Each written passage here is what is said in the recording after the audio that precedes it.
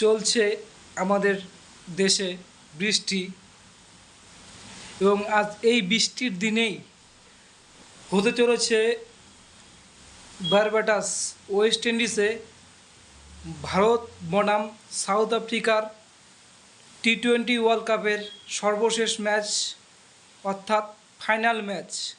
তো এই ম্যাচটি বৃষ্টি বিঘ্নিত হওয়ার চান্স অনেকটাই বেশি।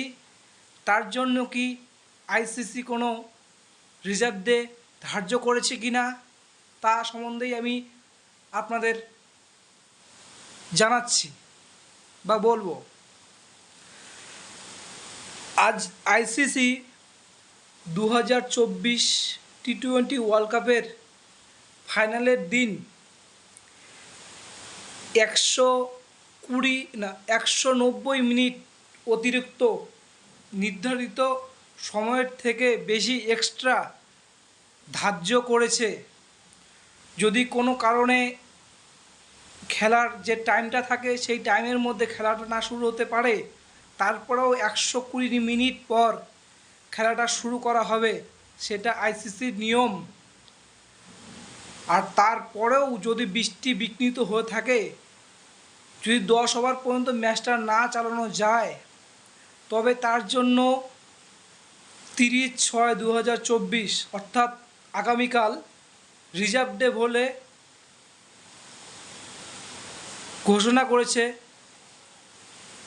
আইসিসি। ঘোষণা নয়, যদি খেলাটা না হয় তার পরিবর্তে 26 তারিখ, সরি 26 নয়, 30/6/2024 সেই দিনটি খেলাটা অনুষ্ঠিত হবে এবং সেম ওভার 20 ওভার্সে খেলা হবে।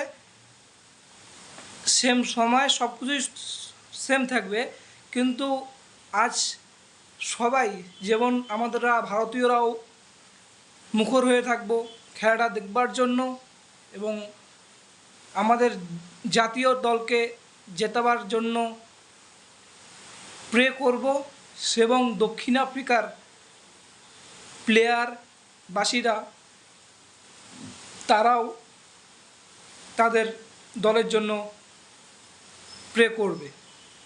তো আমরা চাইব, আমরা সাধারণ ক্রিকেট প্রেমী লোক, আমরা চাইব খেলাটা আজকেই হোক, হাড্ডাহাড্ডি ম্যাচে জয় করুক আমাদের প্রিয় দল ভারতীয় ক্রিকেট দল।